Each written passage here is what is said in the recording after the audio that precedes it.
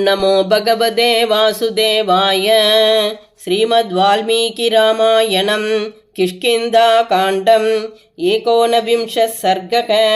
तारागमनं। स वानरमहाराजः शयान शरवीक्षतः प्रत्युक्तो हेतुमद्वाक्यैः नोत्तरं प्रत्यपद्यत। अश्मभिः परिभिन्नाङ्गः पादपैराहतो भृशं रामबाणेन चक्लान्तः जीवितान्ते मुमोहसः। तं भार्याबाणमोक्षेण रामदत्तेन संयुगे हतं प्लवगशार्दूलं ताराशुश्राववालिनं। सासपुत्रा प्रियं श्रुत्वा वदं बर्धुसुदारुणं निष्पपादभृशं त्रस्ता मृगीव गिरिगह्वराद्।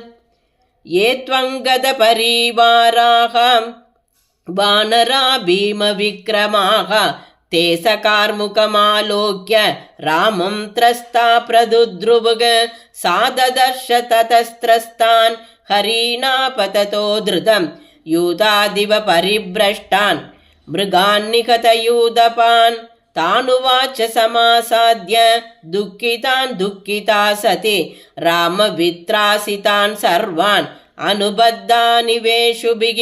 वानरा राजसिंहस्य यस्य यूयं पुरःसराः तं विहाय सुसन्त्रस्ताः कस्माद्रवद दुर्गताः। राज्यहेतो स चेद्भ्राता भ्रात्रा रौद्रेण पातितः रामेण प्रहितैरौद्रैः मार्गणैर्दूरपातिभिः। कपिपत्न्या वच श्रुत्वा कपयः कामरूपिणः प्राप्तकालमविक्लिष्टम् ऊचुर्वचनमङ्गनां। जीवपुत्रे निवर्तस्व पुत्रं रक्षस्व चाङ्गदम् अन्तको रामरूपेण हत्वा नयति वालिनं। क्षिप्तान् वृक्षान् समाविद्य विपुला च शिलास्तथा वाली वज्रसमैर्बाणैः रामेण विनिपातितः। अभिद्रुतमिदं सर्वं विद्रुतं प्रसृतं बलं तस्मिन् प्लवगशार्दूले हते शक्रसमप्रभे।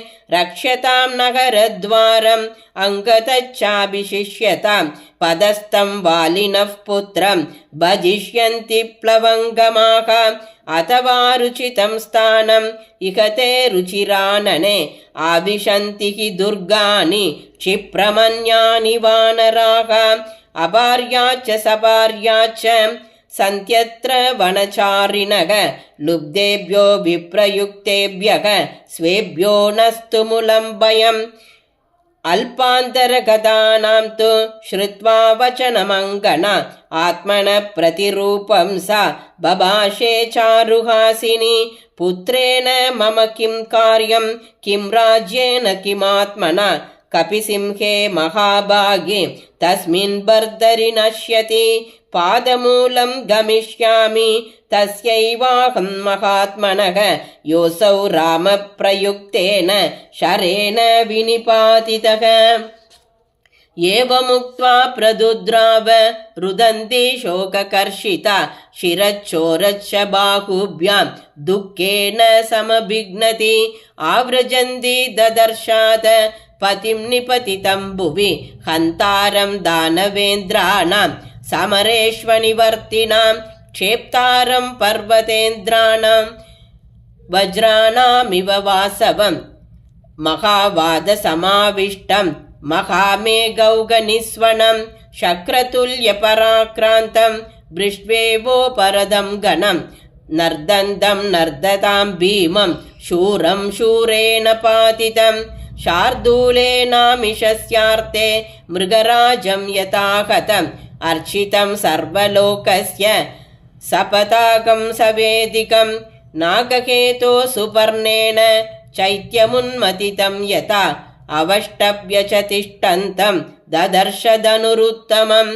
रामं रामानुजं चैव भर्तुश्चैवानुजं शुभं तानतीत्य समासाद्य भर्तारं निहतं रणे समीक्ष्य व्यथिता भूमौ सम्भ्रान्ता निपपातः सुप्त्वेव पुनरुत्थाय आर्यपुत्रे दिशोचति रुरोदसा पतिं दृष्ट्वा संस्थितं मृत्युधामभिः तामवेक्ष्य तु सुग्रीवः क्रोशन्तीं कुररीमिव विषादमगमत्कष्टं दृष्ट्वा चाङ्गदमागतम्।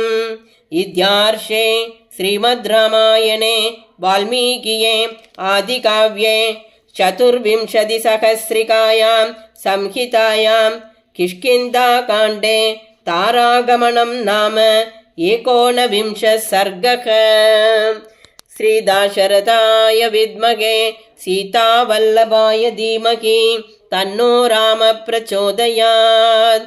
जानकीकान्तस्मरणं जय जय राम राम।